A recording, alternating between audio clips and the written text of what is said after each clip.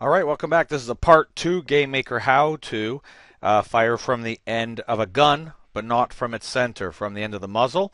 In the first part video we did, we showed you when this gun had a beautiful sprite like this, where the sprite had a center point right there. Now the problem with that is the gun rotates nicely, and we can use a very simple cosine sine equation to predict where this point will be as the gun rotates. But then what we said was, what happens when you switch to some weapon that isn't quite the same, and maybe the player holds it more like this? You can see that this is not rotating right on the center point of the gun. This is now rotating more of where the player would hold it. So how do you figure out the math to get that going? Well, I'm just going to show you the solution, and you math nerds can hammer out exactly why it works. But here's the basic idea. When you go to your sprite, there's two things we want to know about the sprite. And here are the two things. You want to know how far from where you've placed your center point it is to there. So you can very easily tell here with the origin, the 80 and the 36, and the holding point around there, 2463. If you don't know how to do the little Pythagoras, a squared, b squared, c squared there, you can just estimate if you want about how far the distance there is. So let's say you think it's about 60, right?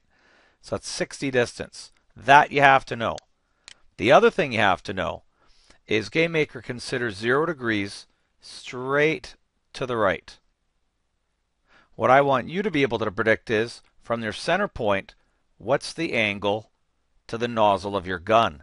So let's say you think that this angle right here is around 25, 30 degrees. So two things, right? Distance from your center point to the nozzle, and the angle, nozzle to the 0 degree mark, right? 25, 30 degrees. Now let me show you what I've done with that. When they go to fire, this was our old code with the perfectly centered sprite. I took the distance, 30, from the center of the sprite to the nozzle, and I just did a cosine of the angle of the gun and a negative 30 sine, the angle of the gun. Now that our sprite isn't centered, here's the math that makes it work. That's the distance from the center point to the end of the gun. So we had said it's around 60, 65. I fiddled with it, and it was pretty close to 65. One slight modification to the image angle cosine sine. You just don't put image angle.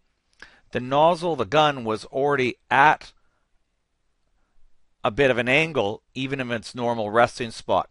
So I figured out that it was about 25 degrees. It was actually like 26 and a half, but whatever, 25. You just tag that number on to the image angle. So pretty close to the old code, just a little bit of modification there to make the mathematics work. And then that XP and YP, that's where you make the bullet come from. So XP, YP, and that's where you make the explosion come from. Now this pretty well works with every weapon. The equation's the same.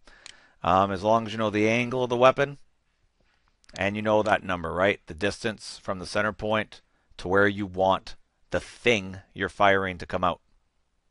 And when you see that run, beauty, right? The only thing that can make this better would be a sound effect. And you can see at all angles. Okay, that works nicely. Nice, huh? Little cosine math. Listen to your math teachers. Thanks for watching. Hope that helps you in your game.